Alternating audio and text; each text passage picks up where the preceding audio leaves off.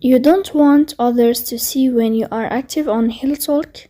In this video, I will show you how to hide your online statue on HelloTalk step by step, so you can use the app privately and without pressure. So, the first thing you have to do is to go to your HelloTalk app, as you see here. Then in this page, or in this first page of chats, you will find this sign here of me or profile, so you will tap on profile. Then in this window you will go to above to this sign of settings.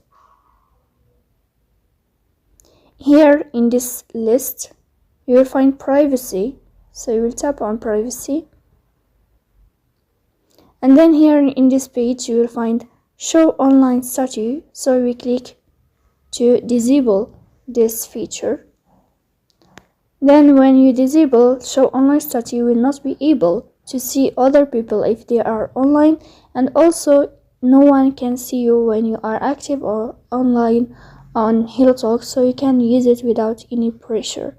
So that's it. If you are enjoying watching this video, and if this video is helpful for you, don't forget to support us by like and subscribe. See you next